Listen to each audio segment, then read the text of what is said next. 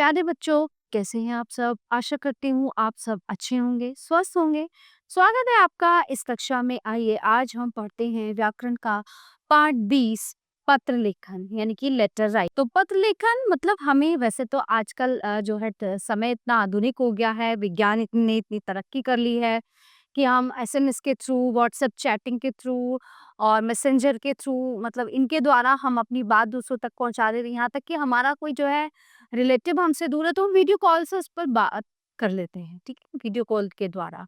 लेकिन कुछ कार्य ऐसे होते हैं अभी भी जिनमें हमें पत्रों का सहारा लेना पड़ता है और पत्रों के माध्यम से ही अपनी बात जो है हमें पहुंचानी होती है। तो वो कैसे? तो बच्चों आपको पता है कि पत्र द्वारा हम अपनी बात दूर बैठे अपने मित्रों, रिश्तेदारों, दादा दादी, नाना नानी आदि तक बहुत आसानी से पहुंचा सकते हैं। संदेश पहुंचाने का ये सबसे सस्ता और अच्छा साधन है। पत्र लिखना भी एक कला है। इसे लिखते समय हमें कुछ विशेष बातों का ध्यान रखना चाहिए। पत्र की भाषा सरल होनी चाहिए ताकि पढ़ने वाले को आसानी से समझ आ सके। वाक्य छोटे और सुबोध होने चाहिए। पत्र साफ एवं सुंदर भाषा में लिखना चाहिए। अपनी बात को कम से कम शब्दों में कहना चाहिए। पत्र में लिखी गई बात स्पष्ट होनी चाहिए। ठीक है। अब पत्रों के प्रकार के बारे में बात करते हैं। पत्र दो प्रकार के होते हैं, अनौपचारिक पत्र और औपचारिक पत्र, यानी कि इनफॉर्मल लेटर और फॉर्मल लेटर हम इनको बोलते हैं।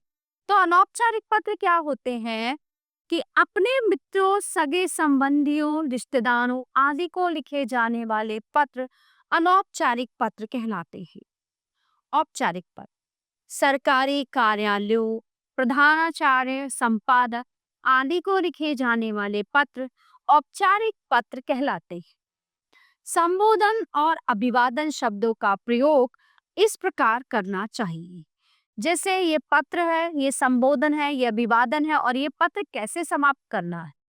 माता पिता को पत्र, पूजनीय माताजी पिताजी, साधारण चरण स्पर्श, आपका प्रिय पुत्र और अपना नाम।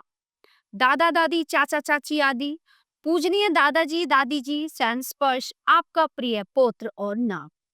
बड़े भाई बहन को आदरणीय भाई और दीदी जी, सादर प्रणाम, आपका अनुज नाम। अच्छा, यहाँ पे भतीजा, यहाँ पे चाचा चाची का प्रयोग हुआ है तो यहाँ पे आप भतीजे का प्रयोग करेंगे। छोटे भाई बहन को प्रिय नाम, सदा प्रसन्न रहो, तुम्हारा भैया, अपना नाम।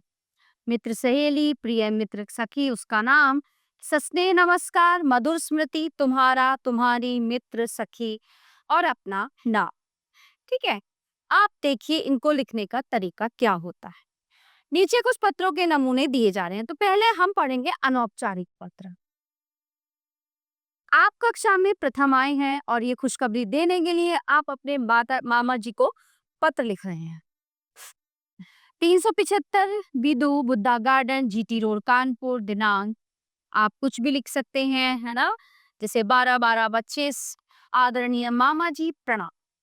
मैं यहाँ ठीक हूँ। आशा है कि आप एवं मामी जी भी कुशल पूर्वक होंगे। आपको ये बताने में मुझे बहुत खुशी हो रही है कि मैं इस बार कक्षा में प्रथम आया हूँ और ये सब आप सभी के आशीर्वाद का नतीजा है।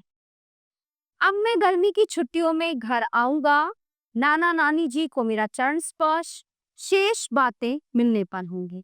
आपका भांजा रवि गुप्ता।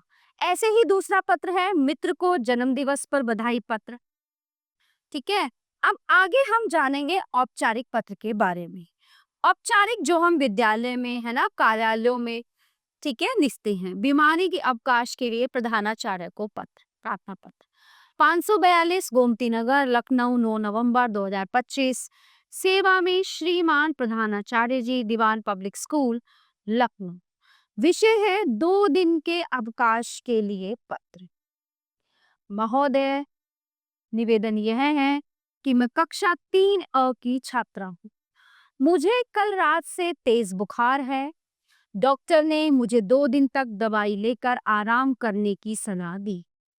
इसलिए मैं 9 नवंबर 2025 से 10 नवंबर 2025 तक विद्यालय नहीं आ सकूं। कृपया आप मुझे 2 दिन का अवकाश प्रदान करने की कृपा करें। धन्यवाद। आपकी आज्ञाकारिणी शिष्या रीना बहक। ठीक है, इस तरह से हमें पत्र लिखने होते हैं। देखिए यहाँ पे दूसरा पत्र है, विवाह में जाने के लिए प्रधानाचार्य को अवकाश के लिए प्रार्थना पत्र। अब यहाँ पे कुछ अभ्यास के लिए भी पत्र दिए गए हैं जो आपको स्वयं लिखने हैं। ठीक है, अपने विचार यहाँ पे प्रस्तुत करने हैं। तो इस पाठ से हमने सीखा कि दूर बैठे लोगों तक अपनी बात पहुंचाने का सबसे सस्ता और अच्छा साधन पत्र है। पत्र दो प्रकार के होते हैं, अनौपचारिक पत्र और औपचारिक। प्यारे बच्चों, ये पाठ यहीं पे समाप्त होता है। आशा करती हूँ आपको अच्छे से समझ आया होगा। मिलते हैं अगली कक्षा में। धन्यवाद।